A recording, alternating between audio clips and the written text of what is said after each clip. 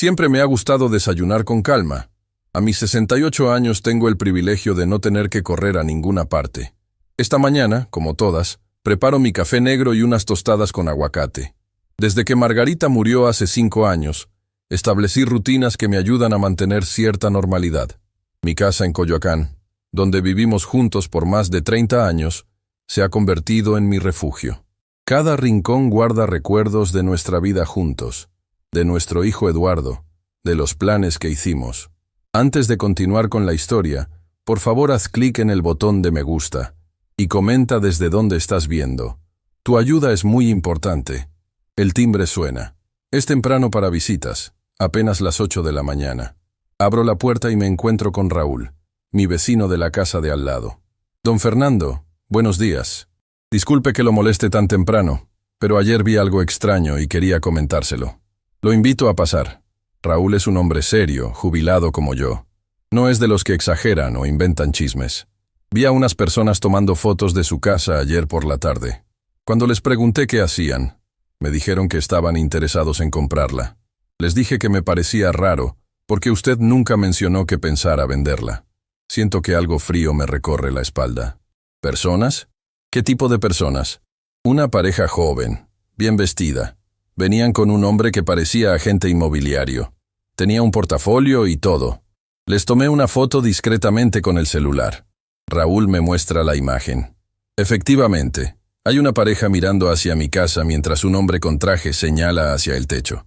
Gracias por avisarme, Raúl. Voy a averiguar qué está pasando. Apenas se va mi vecino. Llamo a mi hijo Eduardo. A sus 42 años, es lo único que me queda de familia.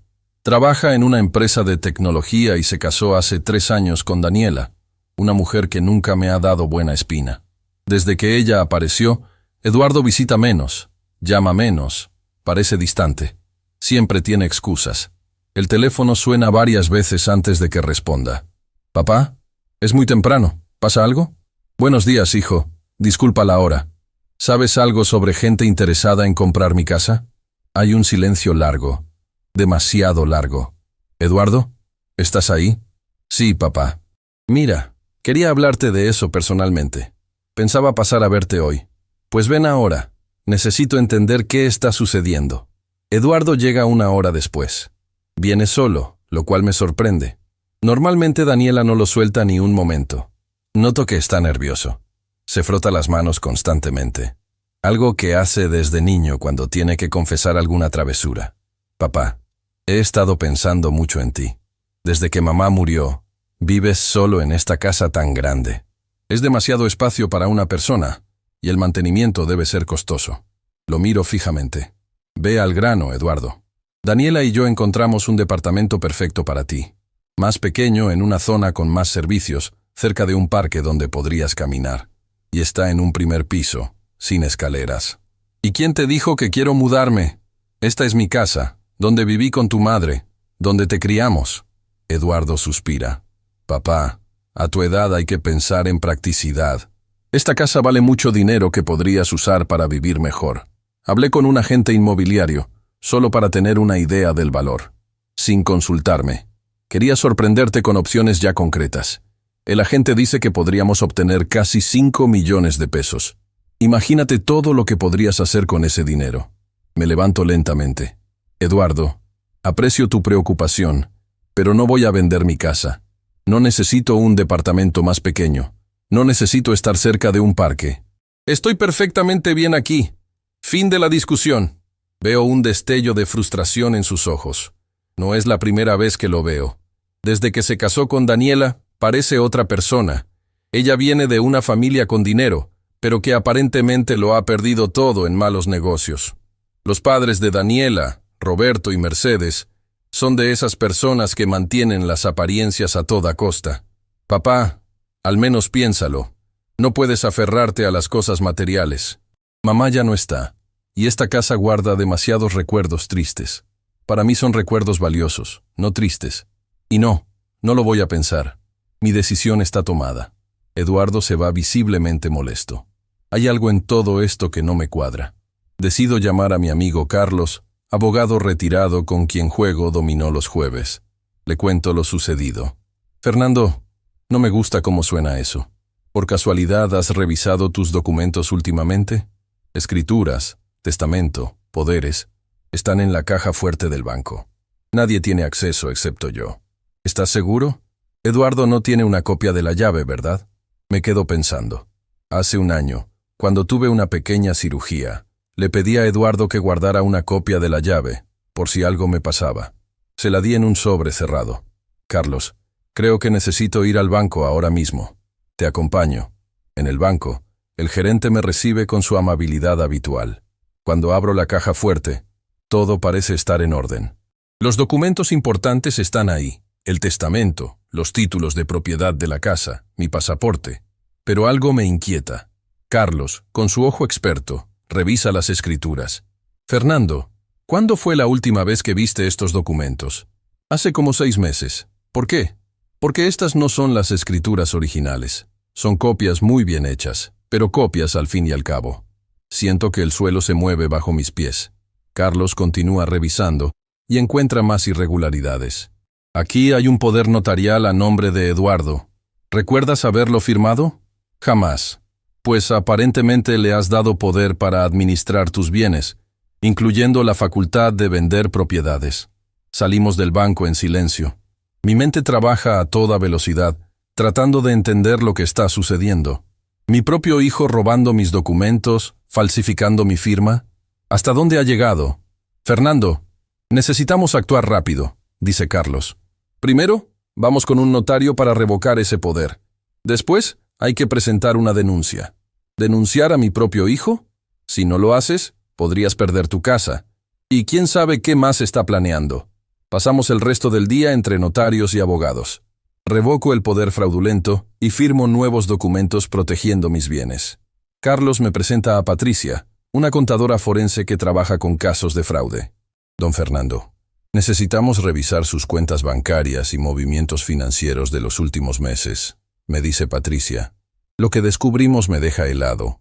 Ha habido transferencias pequeñas pero regulares desde mis cuentas a una cuenta a nombre de Eduardo y Daniela. No son cantidades que yo notaría fácilmente, pero sumadas representan casi 800,000 pesos en el último año. Clásico caso de sangrado financiero, explica Patricia. Empiezan con cantidades pequeñas para probar si las notas. Como no dijiste nada, fueron aumentando gradualmente. Esa noche no puedo dormir. Me siento traicionado, utilizado. El hijo al que crié con tanto amor, al que le di todo lo que pude, ahora conspira a mis espaldas para robarme. Me pregunto cuánto de esto es influencia de Daniela y sus padres. A la mañana siguiente, Carlos llega temprano a mi casa. Tiene noticias. He estado investigando. Tu hijo y Daniela han estado gastando mucho dinero últimamente. Compraron un auto nuevo. Están remodelando su departamento. Y al parecer tienen planes de viaje. ¿Viaje? ¿A dónde? Francia, París. Encontré reservaciones a su nombre para dentro de 2 semanas. 4 pasajes. Eduardo, Daniela y los padres de ella. Me siento en el sillón, abrumado por la información. ¿Qué hice mal, Carlos? ¿En qué momento mi hijo se convirtió en esto? No es tu culpa, Fernando. Hay personas que saben manipular, que encuentran debilidades y las explotan. Por lo que me has contado de Daniela y su familia, son expertos en eso. ¿Qué hacemos ahora? Ya iniciamos los procesos legales para proteger tus bienes, pero creo que debemos dejarlos avanzar un poco más con su plan. ¿Qué? ¿Por qué? Porque si los confrontamos ahora, podrían negar todo. Necesitamos pruebas sólidas, evidencia de sus intenciones. No me gusta la idea, pero sé que Carlos tiene razón. Decidimos seguir monitoreando la situación sin alertarlos. Patricia se encarga de revisar a diario mis cuentas bancarias, mientras Carlos contacta a algunos conocidos en el mundo inmobiliario para averiguar más sobre la supuesta venta de mi casa. Una semana después, recibo una llamada de Eduardo. Su voz suena extrañamente alegre. «Papá, ¿podemos vernos hoy? Tengo buenas noticias». «Claro, hijo. Ven a la casa». Esta vez viene con Daniela. Ella, con su sonrisa perfecta y sus modales estudiados, me abraza efusivamente. «Fernando, qué gusto verte. Hace tanto que no conversamos».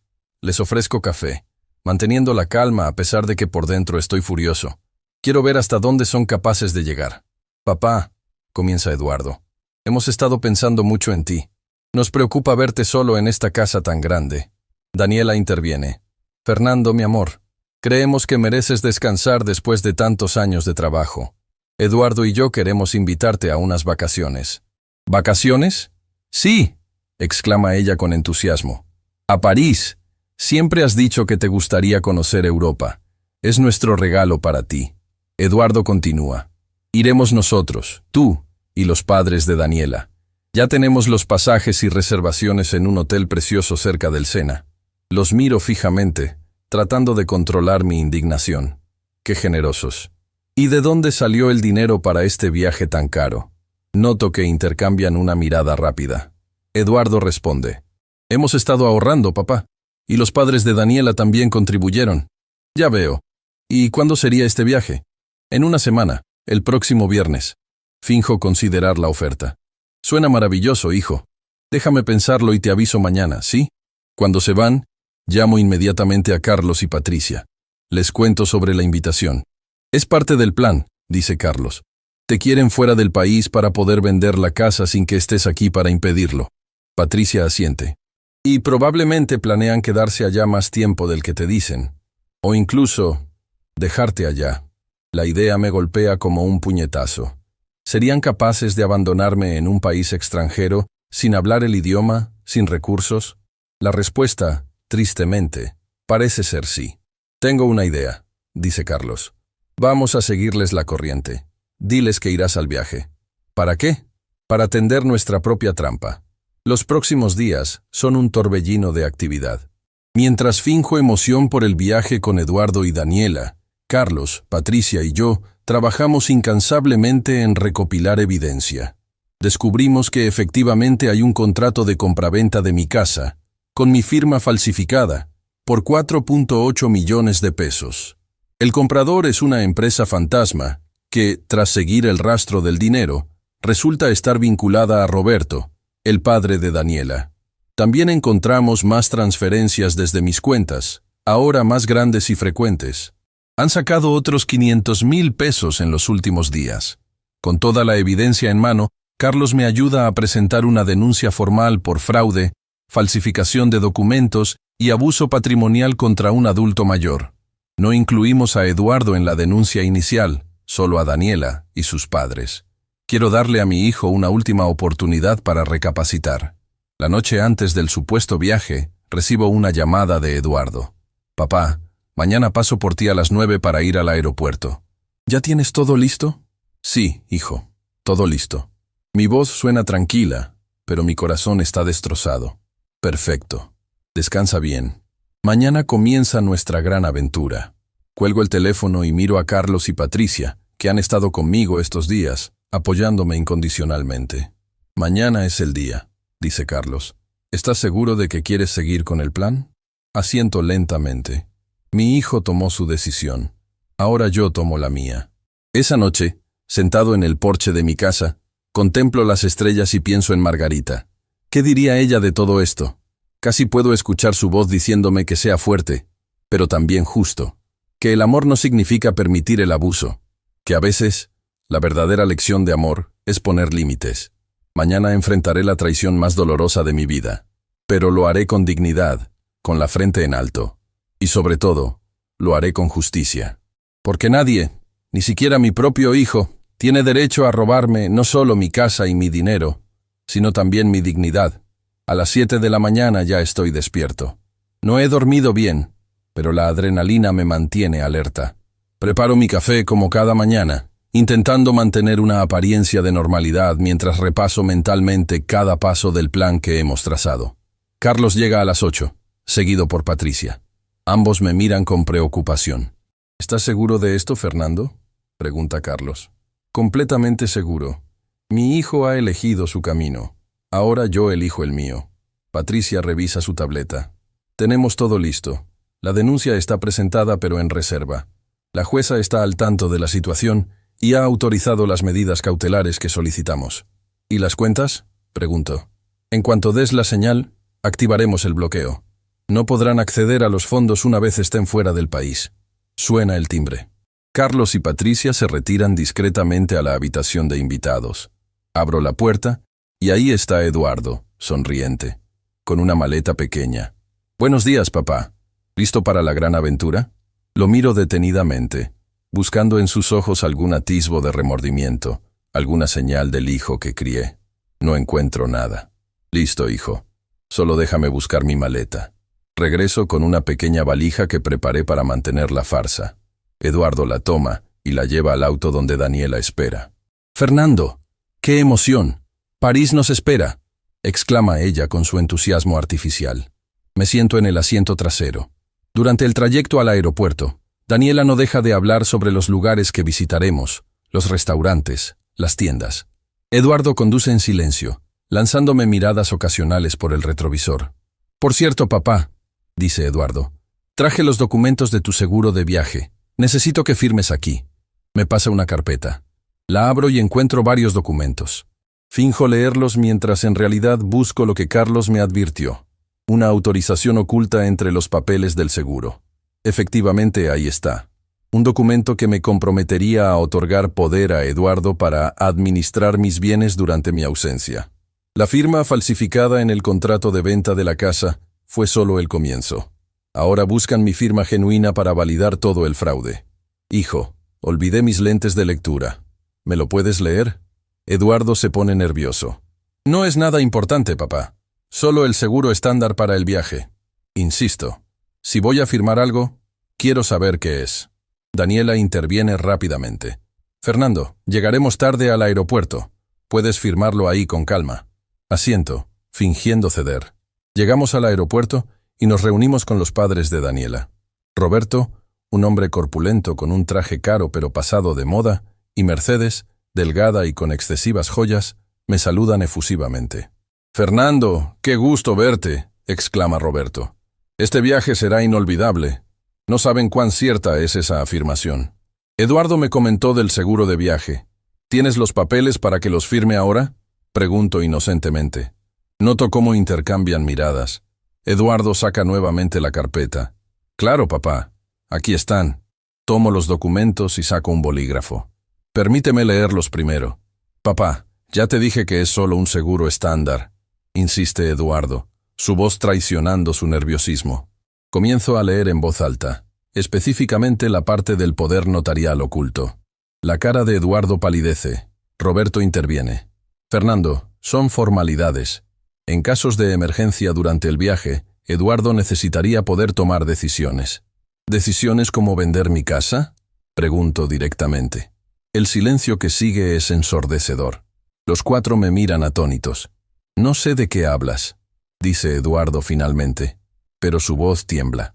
Guardo los documentos en mi chaqueta. Creo que todos sabemos perfectamente de qué hablo. Mercedes mira su reloj con exagerado dramatismo. «Vamos a perder el vuelo. Podemos discutir esto después». «No habrá ningún después», respondo. «No voy a ninguna parte». Eduardo me toma del brazo, bajando la voz. «Papá, estás haciendo una escena. Vamos, el avión nos espera». Me libero de su agarre. «El avión los espera a ustedes. Yo me quedo aquí». Daniela intenta una nueva táctica. Sus ojos se llenan de lágrimas falsas. «Fernando, ¿qué sucede? Hemos planeado este viaje con tanto cariño para ti. Déjate de actuaciones, Daniela. Sé todo. Sé lo de los documentos falsos. Sé lo de las transferencias de dinero. Sé lo de la venta de mi casa». Sus rostros se transforman. La fachada de amabilidad desaparece, revelando lo que realmente son. Roberto da un paso hacia mí, amenazante. «No sabes con quién te estás metiendo, viejo. Mejor subes a ese avión y todos contentos». En ese momento, como si fuera una señal, aparecen Carlos y dos oficiales de policía. Carlos se acerca a nosotros. «¿Algún problema, Fernando?» Roberto retrocede instantáneamente. Eduardo mira a los policías y luego a mí, comenzando a entender la situación. «Papá, ¿qué has hecho?» «Lo que debía hacer, hijo. Protegerme». Carlos le entrega a uno de los oficiales un sobre. «Aquí está la denuncia por fraude, falsificación de documentos y abuso patrimonial contra adulto mayor. Y las pruebas que la sustentan». El oficial revisa los documentos y asiente. «Señor Roberto Guzmán, señora Mercedes Guzmán, quedan detenidos. Tienen derecho a guardar silencio». Mientras los oficiales leen sus derechos a los padres de Daniela, ella se acerca a Eduardo y le susurra algo. Él asiente, y ambos se alejan un poco. Papá, esto es un malentendido, dice Eduardo, acercándose nuevamente. Déjame explicarte. No hay nada que explicar. Las pruebas hablan por sí solas. Por favor, diles que liberen a Roberto y Mercedes. Podemos resolver esto en familia. Ya no hay familia que resolver, Eduardo. Tú la destruiste. Veo dolor en sus ojos, pero no sé si es genuino o solo temor por las consecuencias. Daniela se acerca, su actitud completamente cambiada. Fernando, sea razonable. Nadie iba a salir perjudicado. Solo queríamos un nuevo comienzo. ¿A costa de mi casa? ¿De mis ahorros de toda la vida? Daniela baja la voz, su tono ahora amenazante. Piénselo bien. Si sigue con esto, Eduardo también caerá. ¿Realmente quiere ver a su único hijo en la cárcel? La miro directamente. Esta mujer ha manipulado a mi hijo, lo ha convertido en alguien que no reconozco. Pero tiene razón en algo. No quiero ver a Eduardo en la cárcel. Carlos, llamo a mi amigo. Explícales la situación. Carlos se acerca con su maletín. Su presencia imponente hace que Daniela retroceda un poco. La denuncia actual solo incluye a los señores Guzmán. Eduardo y usted, señora, no están mencionados. Aún. ¿Qué quiere decir con aún?, pregunta Eduardo. Que depende de ustedes si quieren sumarse a la lista. Don Fernando ha sido extremadamente generoso al darles una oportunidad. Les explico la situación. Pueden abordar ese avión a París como planearon, pero con condiciones. Primero, Eduardo debe firmar un documento reconociendo el fraude y renunciando a cualquier reclamo sobre mi casa o mis bienes. Segundo, deben devolver hasta el último centavo que me han robado.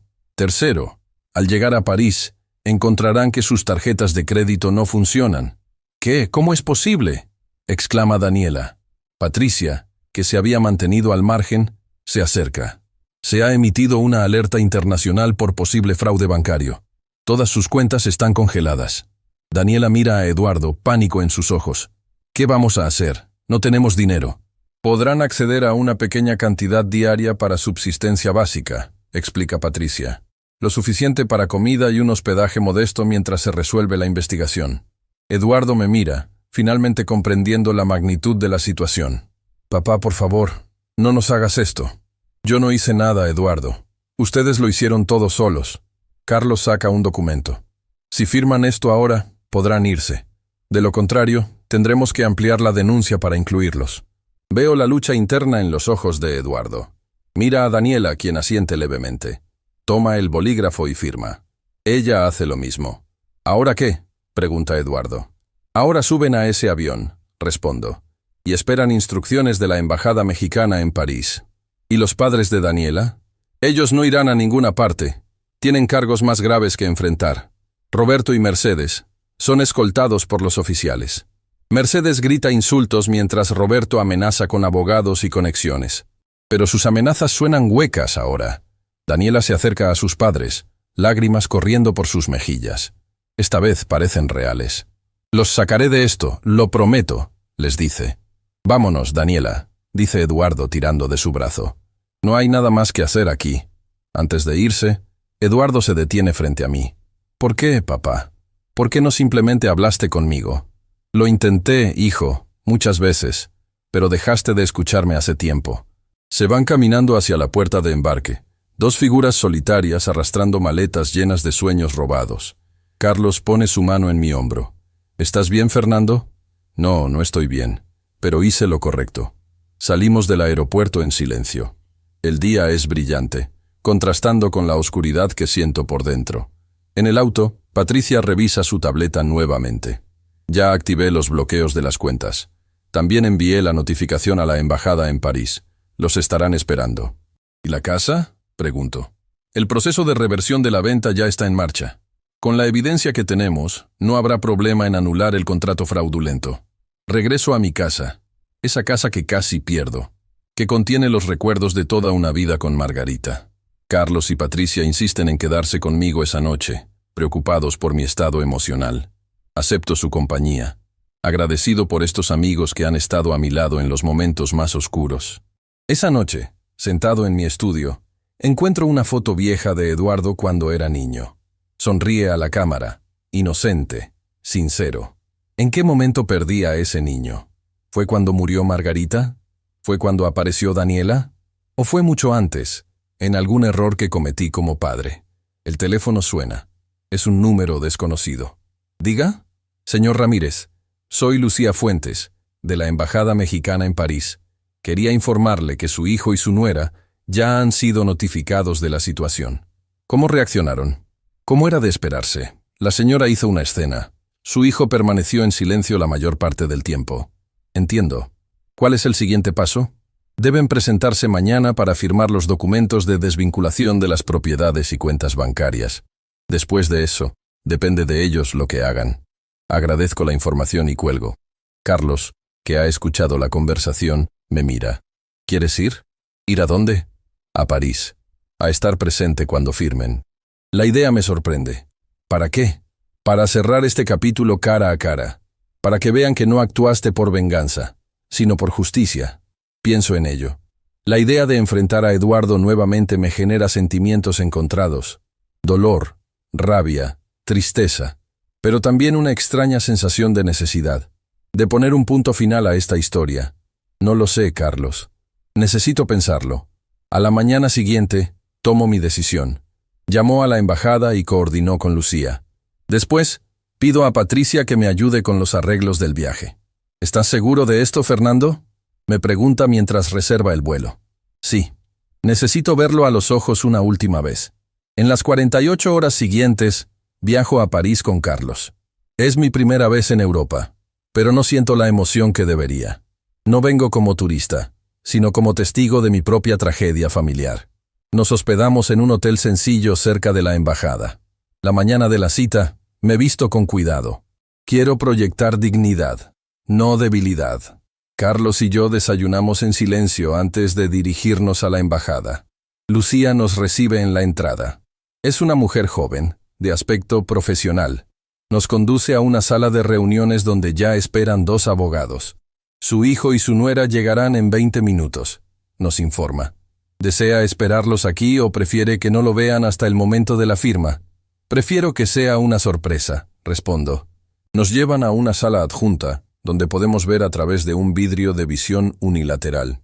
Eduardo y Daniela llegan puntuales. Él se ve demacrado, con ojeras profundas y la ropa arrugada. Ella mantiene mejor apariencia, pero su habitual confianza parece disminuida. Lucía les explica el procedimiento. Deben firmar varios documentos renunciando a cualquier derecho sobre mi casa y mis bienes. También deben comprometerse a devolver todo el dinero sustraído. ¿Y después qué?, pregunta Eduardo. ¿Seguiremos con las cuentas congeladas? Una vez firmados los documentos, se liberará una cantidad mensual limitada. El resto permanecerá retenido hasta que se complete la devolución de los fondos sustraídos. Daniela parece indignada. ¿Cómo se supone que viviremos así? Deberían haberlo pensado antes de cometer fraude, responde Lucía con profesionalidad fría. Eduardo toma los documentos y comienza a firmar sin leerlos siquiera. Daniela duda, pero finalmente hace lo mismo. ¿Esto es todo?, pregunta Eduardo cuando terminan. Casi, responde Lucía. Hay un testigo que quiere estar presente. Eduardo levanta la mirada, confundido. Es entonces cuando entro en la sala seguido por Carlos. La sorpresa en sus rostros es indescriptible. «Papá», murmura Eduardo palideciendo. Daniela se queda sin palabras por primera vez desde que la conozco. Me siento frente a ellos, mirándolos directamente. No hay rabia en mi mirada, solo tristeza y determinación. Quería estar presente, digo simplemente, para que vieran que esto no es un juego, no es una amenaza vacía, es la consecuencia de sus acciones. Eduardo intenta hablar, pero las palabras parecen atorarse en su garganta. Daniela mantiene la mirada baja, inusualmente silenciosa. No vine a París para humillarlos ni para regodearme en su desgracia. Vine para entregarles algo. Saco de mi maletín un sobre grueso. Lo coloco sobre la mesa y lo empujo hacia Eduardo. «¿Qué es esto?», pregunta sin atreverse a abrirlo. «Ábrelo». Con manos temblorosas, Eduardo abre el sobre. Dentro hay fotografías. Muchas fotografías. De él de niño, con Margarita y conmigo. En su graduación. En Navidades pasadas. Momentos felices de una familia que ya no existe. Y al final, una carta breve, escrita con mi letra imperfecta. Eduardo la lee en silencio, las lágrimas comenzando a correr por sus mejillas. Daniela intenta leer por encima de su hombro. Pero él aparta la carta. Eduardo, digo suavemente, no te quité nada, solo detuve lo que tú me estabas quitando. Nos miramos en silencio, padre e hijo, separados por una mesa y por un abismo de traición que parece imposible de cruzar. Y en ese momento, entiendo que mi verdadera venganza no fue el plan elaborado, ni las cuentas congeladas, ni la denuncia. Mi verdadera venganza es esta: estar aquí, con dignidad intacta, mostrándole que el dinero nunca fue lo importante. Lo importante era la confianza, la familia, el amor. Todo lo que él decidió tirar por la borda. El silencio en la sala de la embajada es denso, casi palpable. Eduardo sigue mirando las fotografías con manos temblorosas. Daniela ha dejado de intentar ver la carta y ahora me observa con una mezcla de rabia y miedo. ¿Cómo llegaste hasta aquí?, pregunta finalmente Eduardo. Tomé un avión, igual que ustedes, respondo con calma. La diferencia es que yo pagué mi boleto con dinero honestamente ganado. Daniela se levanta bruscamente. Esto es ridículo. No puede mantenernos así, atrapados en un país extranjero, casi sin recursos. No los estoy manteniendo atrapados. Son libres de regresar a México cuando quieran. ¿Para enfrentar cargos?, escupe ella. Muy conveniente, Carlos interviene. Los cargos son solo contra los padres de la señora, por ahora. Ustedes firmaron un acuerdo de restitución que, si lo cumplen, los mantendrá fuera del proceso penal. Eduardo levanta la mirada de las fotografías. Sus ojos están enrojecidos. ¿Qué pasó con Roberto y Mercedes? Están bajo custodia, respondo. El juez negó la fianza debido al riesgo de fuga. Daniela golpea la mesa con sus manos. Son mis padres. No puede hacerles esto. Yo no les hice nada. Ellos se lo hicieron a sí mismos cuando decidieron robarme. Lucía, la representante de la embajada, aclara su garganta. Los documentos están firmados y en orden. A partir de ahora, tendrán acceso a una asignación mensual de 1.500 euros hasta que la deuda sea saldada. ¿1.500 euros? Daniela casi grita. Eso no es nada en París. Ni siquiera cubre el alquiler de un departamento decente. No tienen que quedarse en París, dice Carlos. Pueden regresar a México y buscar trabajo. Eduardo guarda silenciosamente las fotografías en el sobre, pero mantiene la carta en su mano. ¿Puedo hablar contigo en privado, papá? Miro a Carlos, quien asiente levemente. Está bien. Lucía nos conduce a una sala más pequeña y nos deja solos. Eduardo se sienta frente a mí, la carta arrugada entre sus dedos. ¿Por qué lo hiciste de esta manera?, pregunta. ¿Por qué no hablaste conmigo directamente? Lo intenté, Eduardo. El día que viniste a hablarme de vender la casa, te dije claramente que no estaba interesado. Pero ya habías falsificado documentos, ya estabas sacando dinero de mis cuentas. ¿Qué había para hablar? Baja la mirada. Las cosas no son como piensas. ¿No? Ilumíname entonces. Daniela. Comienza, y se detiene. Sus padres tienen problemas financieros graves, deudas con gente peligrosa. Nos dijeron que necesitaban el dinero para salvarlos a todos, incluida Daniela. ¿Y eso justifica robarme? No, no lo justifica. Pero tenía miedo. Roberto me mostró fotos de personas golpeadas. Me dijo que así acabaríamos si no conseguíamos el dinero. Lo miro fijamente, buscando la verdad en sus ojos. Parece sincero. Pero también parecía sincero cuando me invitó al supuesto viaje familiar. ¿Por qué no pediste ayuda? ¿Por qué no confiaste en mí? Roberto dijo que no debía involucrar a nadie más, que sería peor. Hace una pausa. Y también dijo cosas sobre ti, que eras egoísta, que tenías todo ese dinero guardado mientras ellos estaban desesperados. ¿Y le creíste? Eduardo guarda silencio un momento. No al principio. Pero Daniela lloraba todos los días, temiendo por sus padres. Y ellos insistían en que tú nunca ayudarías, que solo te importaba tu dinero y tu casa. La casa donde te criaste, el dinero que iba a ser tu herencia algún día. Lo sé, murmura. Lo arruiné todo. Nos quedamos en silencio unos minutos. Parte de mí quiere creer en su explicación. Quiere pensar que mi hijo fue manipulado, presionado. Pero otra parte recuerda su frialdad, su determinación al ejecutar el plan. Esa carta que escribiste, dice finalmente Eduardo, levantando el papel arrugado. Dice que no me quitaste nada, solo detuviste lo que yo te estaba quitando. Pero me quitaste algo, papá. Me quitaste tu confianza. Tú la destruiste primero.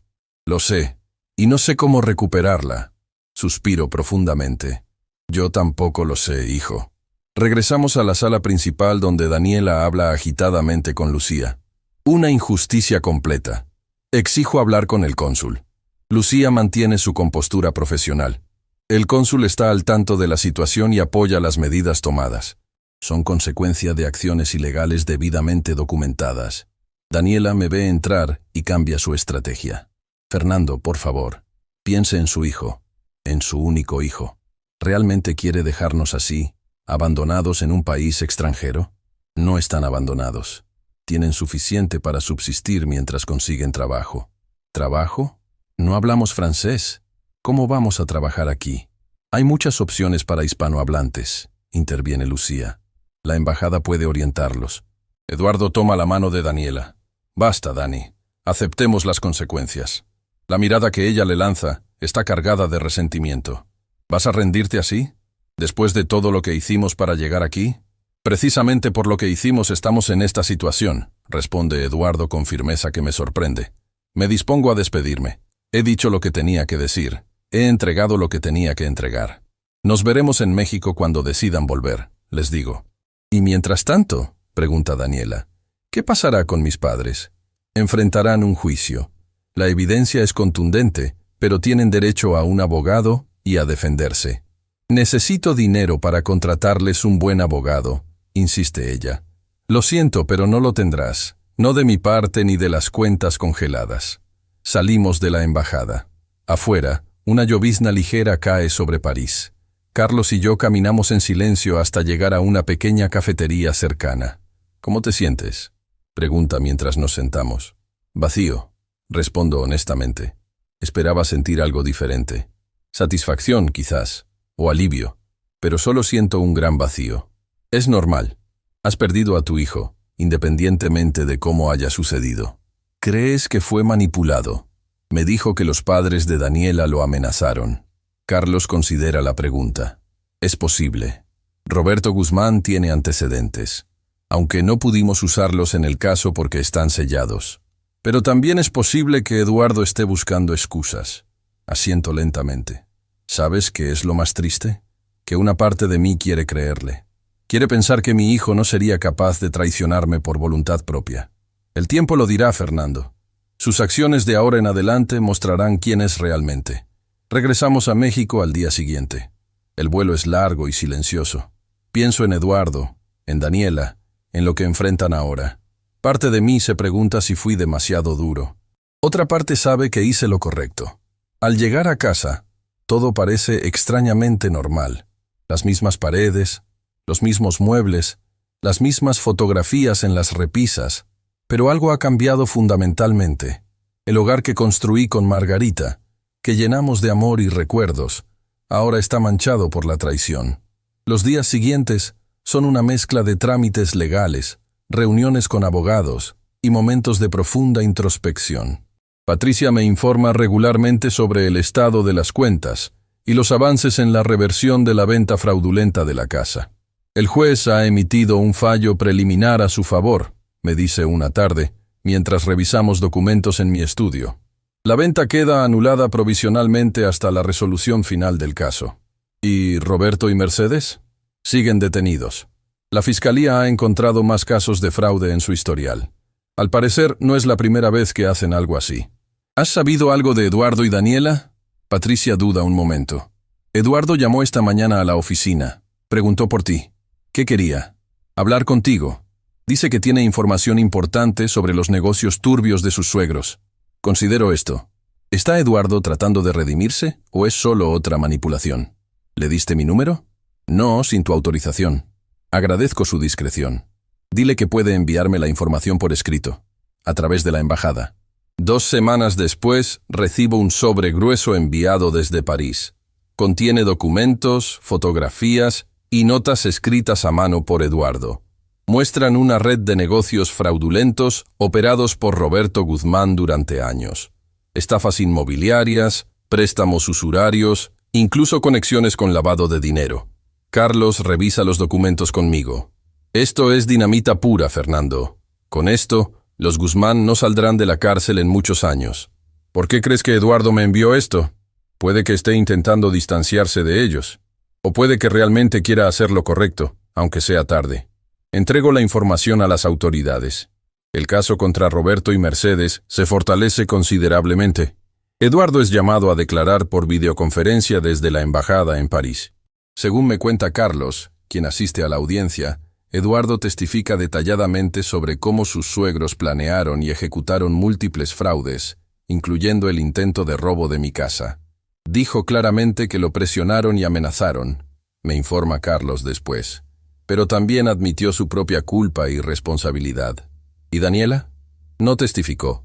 Aparentemente se ha distanciado de Eduardo desde que entregó la información contra sus padres. Un mes después de nuestra confrontación en París, recibo una llamada de un número desconocido. «Papá», la voz de Eduardo suena diferente, más cansada, más humilde. «Eduardo, ¿cómo estás?» «Sobreviviendo. Daniela me dejó. Dijo que jamás me perdonaría por traicionar a sus padres. Lo siento». «No lo sientas. Tenía que elegir entre seguir en la mentira o hacer lo correcto. Por primera vez en mucho tiempo, creo que elegí bien». Hablamos durante casi una hora. Me cuenta cómo ha conseguido un trabajo pequeño enseñando español a ejecutivos franceses, cómo vive en un cuarto diminuto en un barrio alejado del centro, cómo cada día es una lucha para reconstruirse desde cero. «¿Cuándo piensas volver a México?», le pregunto. «No lo sé. Tengo miedo, papá. Miedo de enfrentar las consecuencias, miedo de encontrarme con Daniela o sus amigos, miedo de mirarte a los ojos después de lo que hice. El miedo nunca ha resuelto nada». «Lo sé», suspira. «¿Me recibirías si volviera?» La pregunta me toma por sorpresa. ¿Lo recibiría? ¿Podría perdonarlo realmente? «No en mi casa», respondo finalmente. «Pero podríamos vernos, hablar. El resto dependerá de tus acciones, no de tus palabras».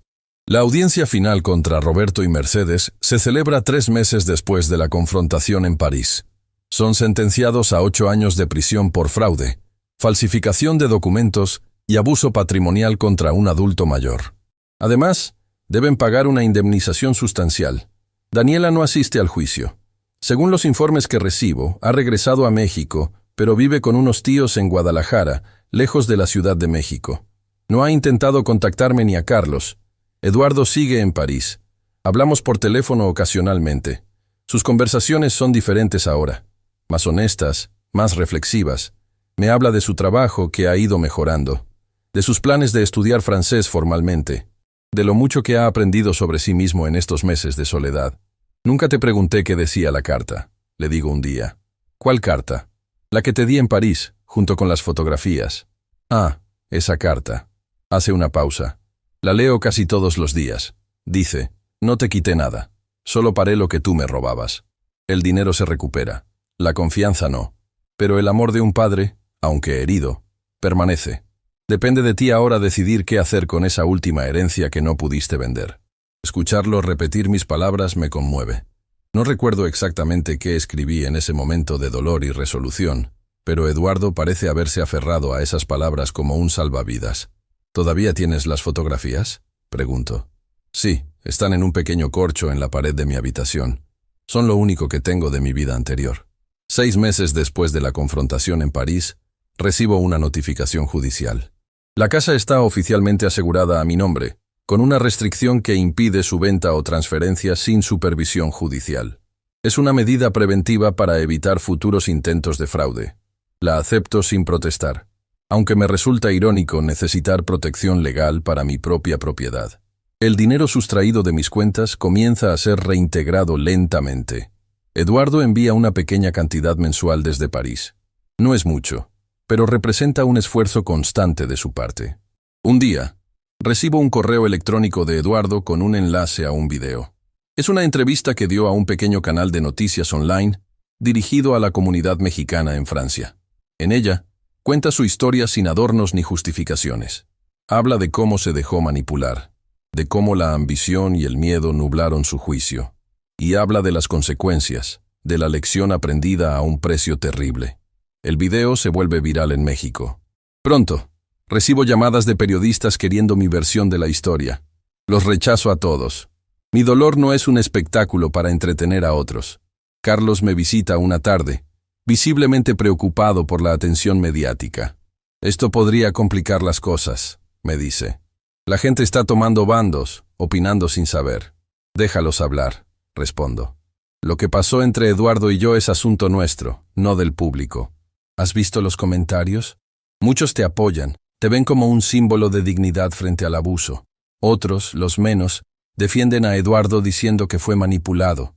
Ambos tienen parte de razón. Defendí mi dignidad, sí. Y Eduardo fue manipulado, pero también eligió el camino fácil.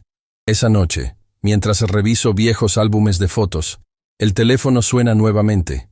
Es Eduardo. Papá, lo siento por el video. No pensé que se haría tan público. ¿Y por qué lo hiciste?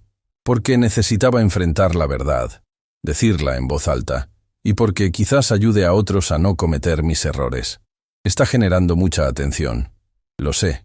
Me han ofrecido entrevistas pagadas, pero las he rechazado todas. No quiero lucrar con nuestra tragedia familiar.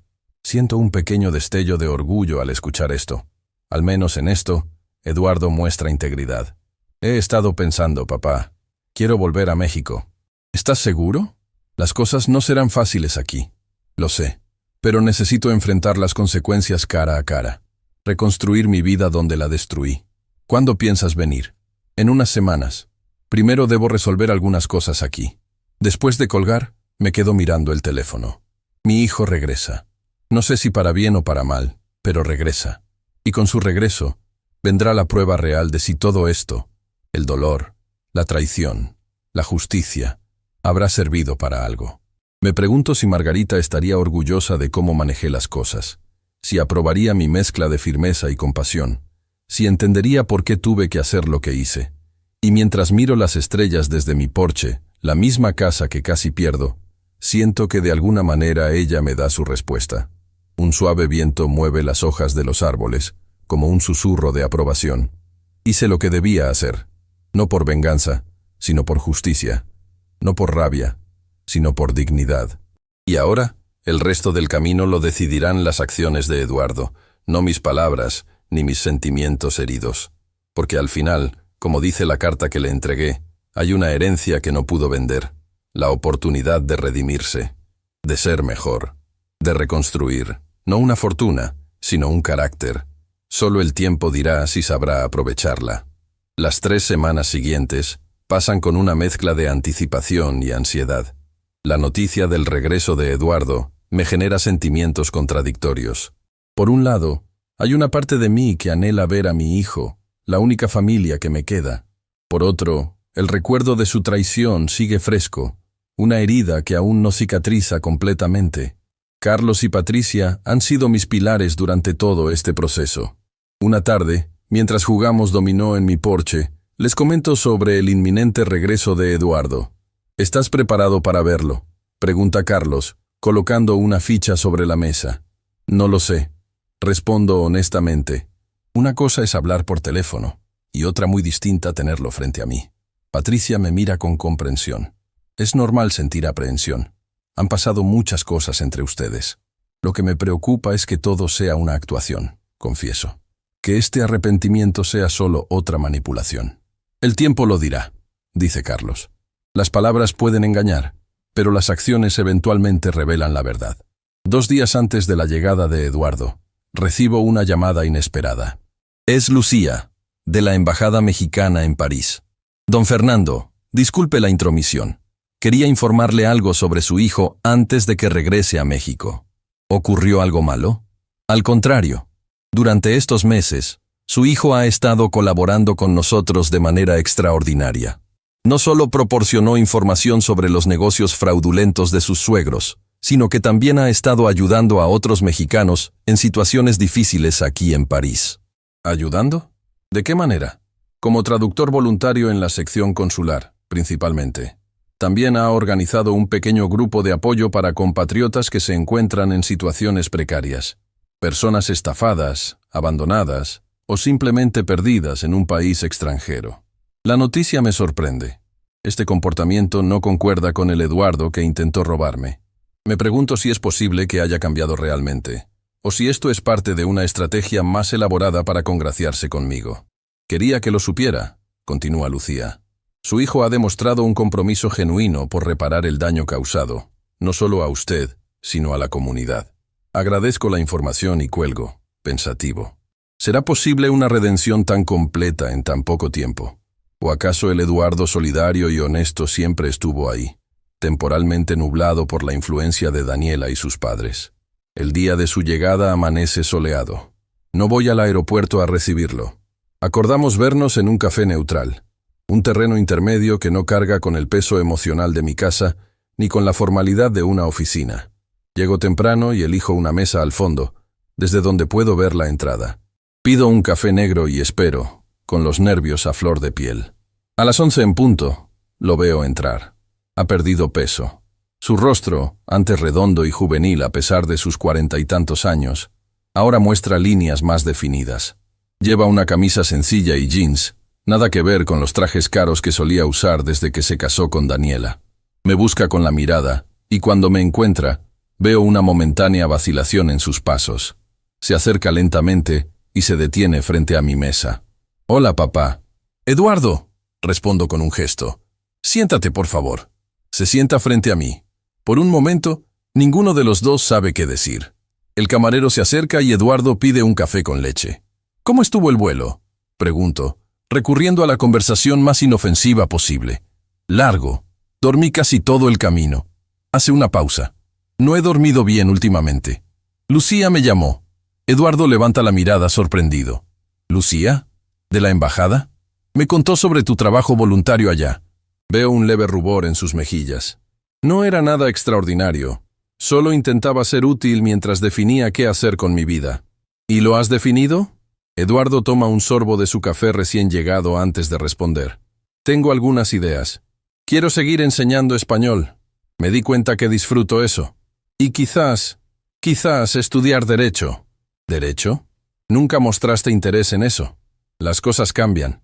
Quiero ayudar a personas que, como tú, son vulnerables ante el fraude y el abuso». Lo miro detenidamente, buscando señales de engaño. No las encuentro. Sus ojos, antes esquivos, ahora sostienen mi mirada con una calma que no le había visto antes. «Eduardo, seré directo. ¿Por qué regresaste realmente? En París estabas reconstruyendo tu vida, lejos de todo esto». Suspira profundamente. «Regresé porque huir nunca fue la solución. Porque necesitaba enfrentarte, enfrentar lo que hice y asumir las consecuencias completas de mis acciones». Hace una pausa. «Y porque, a pesar de todo, eres mi padre, la única familia que me queda. ¿Has visto a Daniela desde que volviste?». Niega con la cabeza. «No, y no tengo intención de buscarla. Esa relación estaba construida sobre bases falsas desde el principio. Me dejó en cuanto dejé de ser útil para sus planes». Hablamos durante casi 2 horas. Eduardo me cuenta más detalles sobre su vida en París, cómo sobrevivió con lo poco que tenía, cómo el trabajo voluntario comenzó como una forma de distraerse y terminó convirtiéndose en algo significativo para él.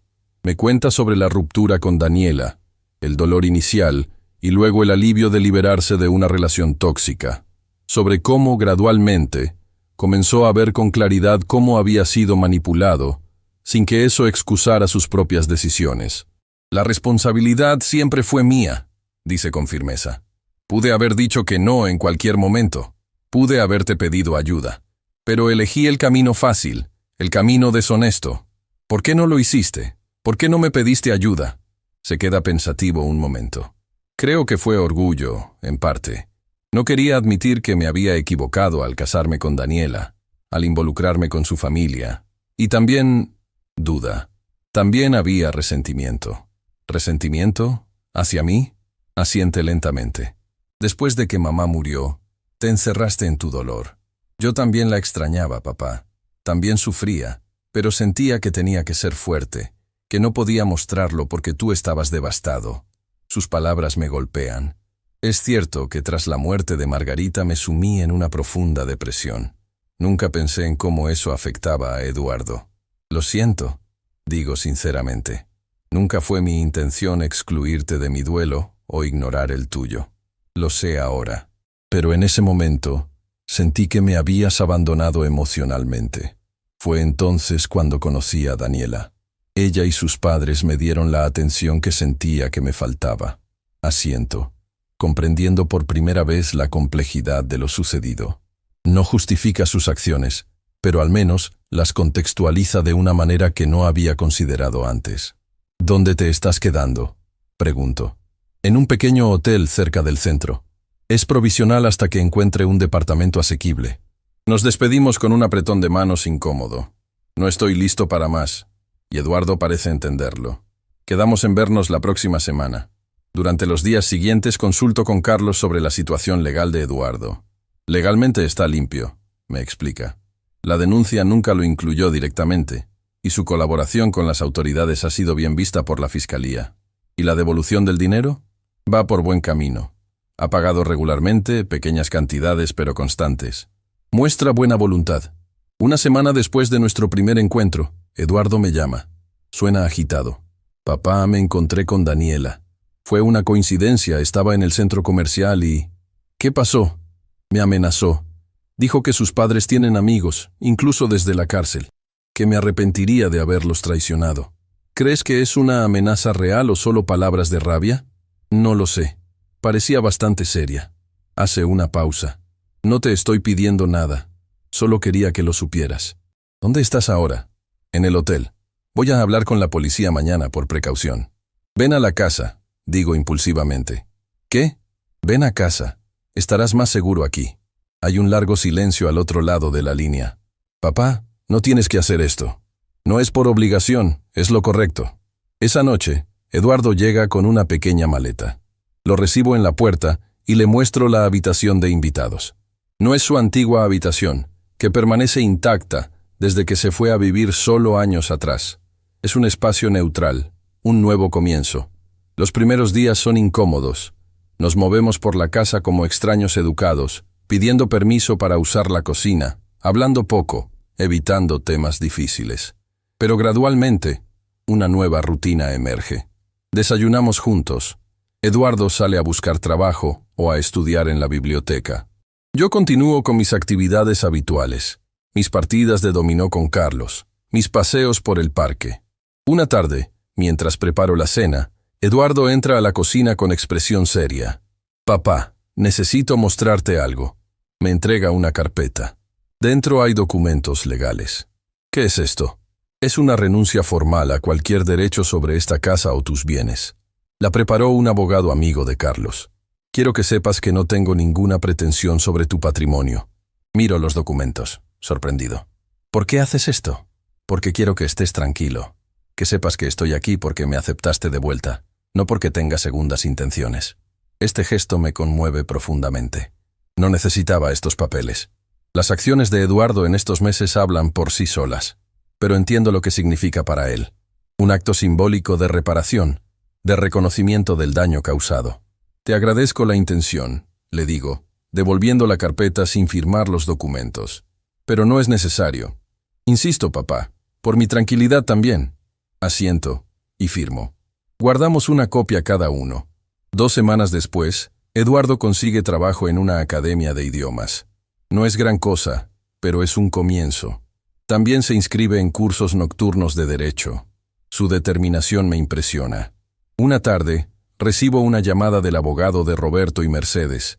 Quieren negociar. Ofrecen información sobre otros esquemas fraudulentos a cambio de una reducción de su sentencia. Consulto con Carlos, quien me aconseja rechazar el trato. No es tu responsabilidad negociar con ellos. La Fiscalía decidirá si la información que ofrecen vale la pena. Cuando le comento a Eduardo sobre la llamada, veo la tensión en su rostro. No quiero saber nada de ellos, dice firmemente.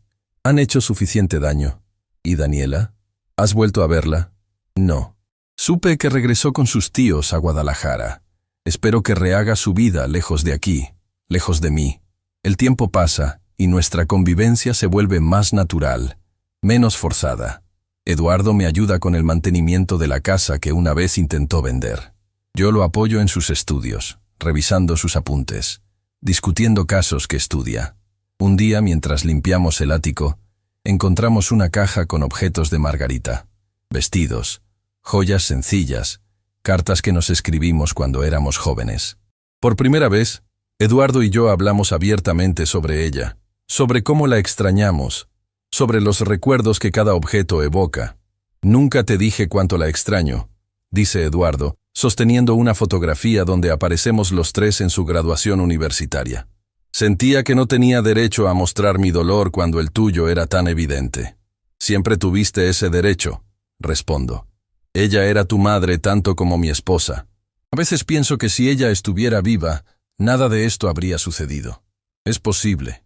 Margarita siempre tuvo un don para mantener a la familia unida, para detectar problemas antes de que se volvieran graves. Era extraordinaria, dice Eduardo con la voz quebrada. Y la decepcioné terriblemente. Lo miro fijamente. Tu madre creía firmemente en las segundas oportunidades. Decía que la verdadera medida de una persona no está en sus errores, sino en cómo los enfrenta y se levanta después. Eduardo asiente, secándose una lágrima. Este momento compartido de vulnerabilidad marca un punto de inflexión en nuestra relación. No es un perdón completo, pero es un paso significativo hacia la reconciliación. 6 meses después del regreso de Eduardo, recibimos una noticia sorprendente. La casa de Roberto y Mercedes en una exclusiva zona residencial, que había sido retenida como parte de la investigación, está siendo subastada para pagar a las víctimas de sus fraudes. Y como principal afectado en el caso más reciente, tengo derecho a una compensación sustancial.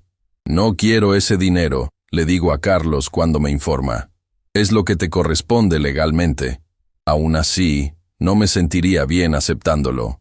Eduardo, que escucha la conversación, interviene. ¿Y si lo donas? Podría ir a alguna organización que ayude a adultos mayores víctimas de fraude. La idea me gusta. En las semanas siguientes, investigamos y encontramos una fundación que brinda asesoría legal gratuita y apoyo a personas de la tercera edad en situaciones de vulnerabilidad. Decidimos donar allí la totalidad de la compensación. El día que firmamos la donación, uno de los directores de la fundación nos pregunta si estaríamos dispuestos a compartir nuestra historia como testimonio para otros. Las personas necesitan saber que no están solas, que hay salida incluso en las situaciones más difíciles, nos explica. Eduardo me mira, esperando mi decisión. Después de todo, es una historia dolorosa, personal, pero también pienso en cuántas personas podrían verse reflejadas en ella, cuántas podrían encontrar el valor para buscar ayuda. Lo haremos, respondo finalmente, pero como una historia de advertencia y de esperanza, no como un espectáculo. En los meses siguientes, Eduardo y yo participamos en charlas organizadas por la Fundación. Él desde su perspectiva de alguien que cometió un error grave y busca la redención. Yo desde mi experiencia como víctima que encontró la fortaleza para defenderse sin perder la humanidad. Cada vez que contamos nuestra historia, veo cómo resuena en otros. Veo lágrimas de reconocimiento en los ojos de personas mayores que han vivido situaciones similares.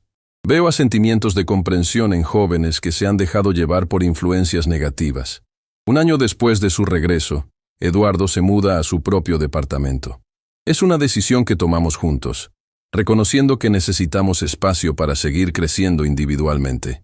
No es un distanciamiento, sino un paso hacia una relación más saludable. El día que se lleva sus cosas, me entrega un sobre. ¿Qué es esto? Ábrelo cuando me haya ido. Cuando Eduardo se marcha, abro el sobre. Contiene una carta y un cheque por la cantidad total que me robó, más intereses. La carta dice: Papá, este cheque representa el final de una deuda económica, pero sé que la deuda moral que tengo contigo es impagable. Cada centavo fue ganado honestamente, con esfuerzo y dedicación. Me tomó más tiempo del que esperaba, pero cumplir esta promesa era fundamental para mí. Te agradezco por no cerrar completamente la puerta, por permitirme demostrar con acciones que el hijo que criaste sigue aquí, aunque se perdió por un tiempo. No pido un perdón inmediato ni incondicional, solo la oportunidad de seguir reconstruyendo lo que rompí. Siempre recordaré tus palabras en aquella carta. El amor de un padre, aunque herido, permanece. Esa ha sido mi ancla en los momentos más difíciles. Con amor y respeto, Eduardo. El cheque representa un sacrificio significativo para él. Sé que ha trabajado incansablemente, que ha vivido austeramente para poder juntar esa cantidad. También sé que no lo hizo por obligación legal, sino por un compromiso moral consigo mismo. Esa noche, mientras contemplo las estrellas desde mi porche, pienso en el largo camino que hemos recorrido, en la traición que casi destruye nuestra familia, en el dolor que ambos sentimos, y en la lenta, difícil, pero real reconstrucción que hemos logrado. Pienso en Margarita y en lo que diría de todo esto. Casi puedo escuchar su voz diciéndome que el verdadero valor de una familia no está en su perfección, sino en su capacidad para sanar heridas, para aprender de los errores, para reconstruirse desde las cenizas. Mi venganza, que nunca fue realmente venganza sino justicia, cumplió su propósito. No fue destruir a mi hijo, sino despertar su conciencia. No fue castigarlo eternamente, sino mostrarle que las acciones tienen consecuencias. Y en ese proceso, ambos aprendimos lecciones valiosas. Yo aprendí que la fortaleza no está reñida con la compasión, que defender mis derechos no significa endurecer mi corazón. Eduardo aprendió que el camino fácil eventualmente se vuelve el más difícil, que la verdadera riqueza no está en lo material, sino en la integridad. Al día siguiente visito a Eduardo en su nuevo departamento. Es un lugar sencillo pero acogedor, reflejo de su nueva vida. Le entrego un sobre. ¿Qué es esto?, pregunta confundido. Ábrelo. Dentro está su cheque, roto en pedazos, junto con una nota mía. La deuda está saldada. No con este dinero, sino con tus acciones, con tu esfuerzo por cambiar. Usa esto para construir tu futuro. Es mi regalo para tu nuevo comienzo. Eduardo me mira, sus ojos brillantes por las lágrimas contenidas. Gracias, papá. Nos abrazamos por primera vez desde que todo comenzó. Un abrazo cauteloso al principio, luego más firme, más auténtico. No es un final feliz de cuento de hadas. Hay heridas que nunca sanarán completamente. Confianza que deberá seguir reconstruyéndose día a día, pero es un nuevo comienzo. Y a veces, eso es suficiente. Si mi historia te conmovió, no olvides suscribirte y activar las notificaciones para más relatos de vida que te harán reflexionar. Tu apoyo es lo que me permite seguir compartiendo estas experiencias que muchos prefieren callar.